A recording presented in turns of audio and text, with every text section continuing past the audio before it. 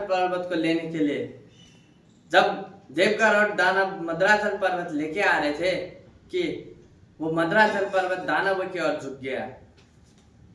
जब जैसे ही दानवों की ओर झुका वो मद्राचल पर्वत, तो आधी से ज्यादा दानव वहीं पर धराशायी हो गए, वहीं पर मर गए। भगवान ने सोचा, सभी देवगण और दानवों ने भगवान को याद किया। भगवान उसी समय गिरिम चाप्य गरुड़े हस्तनेके न लीला, भगवान उसी समय गरुड़ में बैठ के आते हैं और मद्राचल पर्वत को उठाया और समुद्र के बगल में ले जाकर रख दिया। अब सभी देवगण और दानव पहुंचते हैं समुद्र में।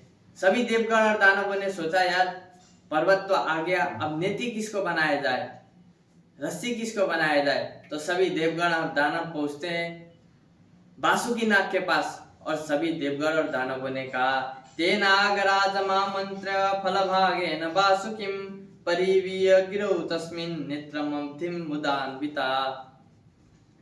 वासुकी नाग से कहा कि महाराज आप नेति बन जाइए। वासुकी नाग ने कहा, वाह भाई वाह, अमृत तुम पियोगे और नशे मेरे चटकाओगे।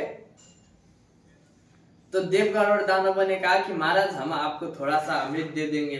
अमृत के प्रलोभन में आकर वासुकी नाग मान गए। अब सागर मंथन किया गया। सागर मंथन का समय हुआ।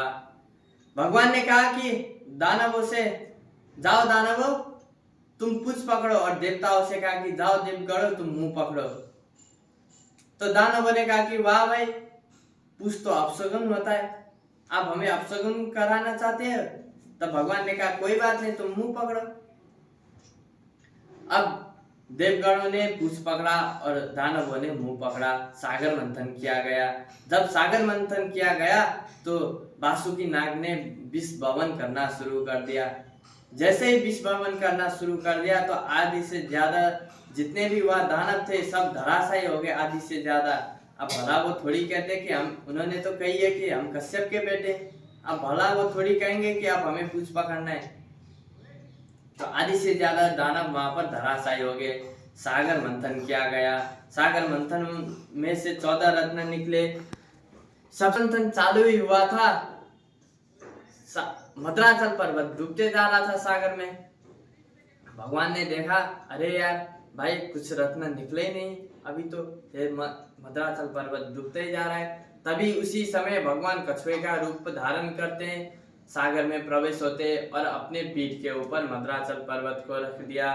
बोल कच्छप नारायण भगवान की जय। श्री सुखदेव जी महाराज कहते, बिलोक विघ्नेश विधिम त्वदेश्वरो दुरंत वीर्यो वितथा विसंधि कृत्वा वपु कच्छपमद्भुतं महत् प्रविश्यतोयं गिरिमुज्जहार। भगवान उसी समय सागर के अंदर प्रवेश होते कछुए का रूप धारण करके और मद्राचल पर्वत को अपने पीठ के ऊपर धारण कर लिया। सागर मंथन किया गया। सागर में से 14 रत्न निकले। सबसे पहला रत्न निकला हलाहल विष। वो हलाहल विष इतना प्रभावशाली था कि वो हलाहल विष सबको जलाया जा रहा था। सब भागे भागे भगवान शंकर के पास पहुंचते और क्या कहते हैं, देव देव महादेव भूतात्मन भूत भावन त्राहीन शरणापन्नाम त्रैलोक्य दहनात् विषाद। हे प्रभु, ये विष हमें जलाया जा रहा है, हमारी रक्षा कीजिए। भगवान ने माता पार्वती की ओर देखा और माता पार्वती से पूछा, क्या करूं देवी। माता पार्वती कुछ कह नहीं पाई। माता पार्वती जी कहती है, आपको भी कोई हानि ना पहुंचे और इस जगत में उद्धार भी, इस विष से इस जगत का उद्धार भी हो, रक्षा भी हो। भगवान शंकर उसी समय समझ गए। भगवान शंकर ने अपने कृतांजलि बनाया और सभी देवगण और दानवों ने विष को डालना शुरू कर दिया। ततः करतली कृत्या व्यापी हालाहलम विषम अवक्षयन् महादेव कृपया भूत भावना। भगवान ने कृतांजलि बनाई और ऊपर से सभी देवगण और दानव विष डालते जा रहे हैं, भगवान पीते जा रहे हैं। जब भगवान ने वो सारा विष पी लिया तब भगवान ने सोचा, यार मेरे हृदय में तो भगवान राम का निवास। भगवान शंकर ने सोचा कि मेरे हृदय में तो भगवान राम का निवास है, क्या करूं, मेरे प्रभु को तो ये विष जला देगा। तो भगवान शंकर ने उसी समय उस विष को अपने गले में धारण कर लिया। वो विष इतना प्रभावशाली था कि भगवान शंकर का पूरा कंठ ही नीला कर दिया। इसीलिए भगवान शंकर का नाम एक और बढ़ गया, नीलकंठेश्वर महादेव। बोल नीलकंठेश्वर महादेव की जय। 2 बूंद गिरे, बिच्छू और सर्प ने उस विष को स्वीकार किया। फिर से सागर मंथन किया गया।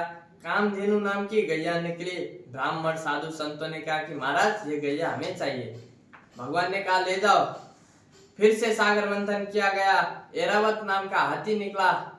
इंद्र आता है और कहता है कि महाराज ये हमें दे दो। तो भगवान ने कहा ले जाओ। फिर से सागर मंथन किया गया। अप्सराएं निकली। इंद्र आता है और कहता है कि महाराज ये भी हमें चाहिए। भगवान ने कहा ले जाओ। फिर से सागर मंथन किया गया। पारिजात नाम का पुष्प निकला। इंद्र ने कहा महाराज ये भी मुझे दे दो। भगवान ने कहा ले जाओ। पारिजात की 2 विशेषताएं, ये कभी मुरझाती नहीं और ये हमेशा सुगंध खुशबू देती रहती है। सागर मंथन किया गया। उच्चई सवार नाम का घोड़ा निकला। बलि ने कहा कि महाराज सब इंद्र को ही दोगे कि हमें भी कुछ दोगे। भगवान ने कहा ले जाओ तुम। तो बलि ने वो उच्चई श्रवा नाम का घोड़ा ले गया। सागर मंथन किया गया। बारुणी नाम की कन्याएं निकली। जब बारुणी नाम की कन्याएं निकली, ये काली काली कलूठी, तार जैसे ये बाल है, ये लंबे लंबे नाखून है, ये लंबे लंबे दांत है। दानवों ने कहा कि महाराज ये हमें दे दो, ये हमारी लायक की है। भगवान ने कहा ले जाओ भाई ले जाओ। फिर सागर मंथन किया गया। दूज के चंद्रमा निकले। देवगढ़ और दानवों ने कहा कि महाराज भगवान शंकर को दिया जाए ये चंद्रमा, क्योंकि भगवान शंकर ने विष प्रदान किया है, विष पिया है। वो विष बहुत प्रभावशाली है। वो विष भगवान शंकर को जलाए, भगवान शंकर के कंठ को नीला कर दिया। तो ये सभी देवगण और दानव पहुंचे भगवान शंकर के पास और दूज के चंद्रमा दिया। भगवान शंकर ने उस दूज के चंद्रमा को धारण किया। फिर से सागर मंथन किया गया। अब इस बार चारों दिशाओं को प्रकाशित करती हुई साक्षात भगवती लक्ष्मी प्रकट होती है। बोल लक्ष्मी माता की जय। ततस्ताभिरभूत साक्षी श्रीरमा भगवत परा रंजयंती दिशा कांत्या विद्युत सौदामणि यथा। लक्ष्मी जी चारों दिशाओं को प्रकाशित करते हुए भगवती लक्ष्मी प्रकट होती है। जैसे ही भगवती लक्ष्मी प्रकट हुई, लक्ष्मी जी एक चाहने वाले अनेक। सब ने कहा कि लक्ष्मी जी हमें चाहिए, लक्ष्मी जी हमें चाहिए। अब भाई वहां पर विवाद हो सकता है, तो भगवान ने एक उपाय निकाला। भगवान ने कहा कि रुको रुको रुको, एक काम करते हैं। लक्ष्मी जी के हाथ में एक जयमाला रख दिया और कहा कि ये जयमाला जिसके गले में डालेगी लक्ष्मी जी उसकी हो जाएगी। अब सब पंक्तिबद्ध बैठे हुए हैं। दानव एक तरफ, देवगण एक तरफ, ऋषि मुनि सब एक तरफ। सबसे पहले भगवती लक्ष्मी पहुंचती है दुर्वासा ऋषि के पास। भगवती लक्ष्मी ने देखा, अरे भाई ये तो है ब्राह्मण, सदाचारी ब्राह्मण है, इनके पास सब कुछ है, विद्या भी है, वैभव भी है, सब कुछ है, लेकिन इनमें एक कमी है। क्या कमी है? ये तो क्रोधी ब्राह्मण है। अगर मैंने इनसे शादी कर ली, कहीं किसी दिन खाने में नमक ज्यादा हो गया तो ये तो मेरे को श्राप देके कुत्ते बिल्ली बना देंगे। इसीलिए भगवती लक्ष्मी माता ने दुर्वासा जी को रिजेक्ट कर दिया। अब आगे बैठा था इंद्र। इंद्र ने देखा, ओहो अब मेरी बारी, क्योंकि मैं तो इंद्र हूँ, स्वर्ग का राजा हूँ। शायद भगवती लक्ष्मी अब मेरे गले में ही जयमाला डालेगी। भगवती लक्ष्मी पहुंचती है इंद्र के पास। भगवती लक्ष्मी ने सोचा, है तो ये स्वर्ग का राजा, दिखने में भी हैंडसम है, लेकिन इसमें भी एक कमी है, ये कैरेक्टर लूज है, ये कैरेक्टर लूज आदमी है। तो भगवती लक्ष्मी ने उसको भी रिजेक्ट कर दिया। अब आगे बढ़ते हैं तो भूतनाथ भोले बाबा बैठे हुए थे। भूतनाथ भोले बाबा ने सोचा कि ओहो अब मेरी बारी, माता लक्ष्मी मेरी बारी है, शायद भगवती लक्ष्मी मेरे गले में जयमाला डाल दे। भगवती लक्ष्मी पहुंचती है भूतनाथ भोले बाबा शंकर जी के पास।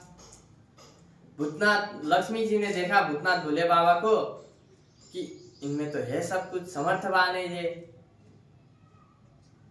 इनके पास सब कुछ है, ज्ञान भी है, विद्या भी है, सब कुछ है, लेकिन इनके वेशभूषा तो देखो। चलो कोई बात नहीं, अगर मैंने इनसे शादी भी कर लिया, तो इनके पीछे ये जो गढ़ खड़े इन्हें देखो, किसी के मुंह आगे तो किसी के मुंह पीछे, किसी के ये लंबे लंबे हाथ तो किसी के हाथ ही नहीं है, किसी के पैर है तो किसी के पैर ही नहीं है। कहीं किसी दिन हमारे घर में भंडारा हो गया तो मैं किधर किधर पत्तल परोसेंगी। तो भगवती लक्ष्मी ने भूतनाथ भोले बाबा शंकर जी को भी रिजेक्ट कर दिया। अंत में खड़े थे भगवान श्री हरि नारायण साक्षात। भगवती लक्ष्मी भगवान श्री हरि नारायण के पास पहुंचती है। भगवान श्री हरि नारायण लेकिन लक्ष्मी जी को देख ही नहीं रहे थे। लक्ष्मी जी ने सोचा मैं तो इन्हें चाहती हूँ लेकिन ये मेरे को चाह ही नहीं रहे, तो क्या करे। तो भगवती लक्ष्मी ने एक उपाय निकाला। जैसे ही भगवती लक्ष्मी भगवान के चरण छूने के लिए नीचे झुकी, भगवान नीचे झुक के भगवती लक्ष्मी को जैसे ही उठाए, उसी समय भगवती लक्ष्मी जल्दी जल्दी उठ के भगवान श्री हरि नारायण के गले में जय माला डाल देती है। बोल लक्ष्मी नारायण भगवान की जय।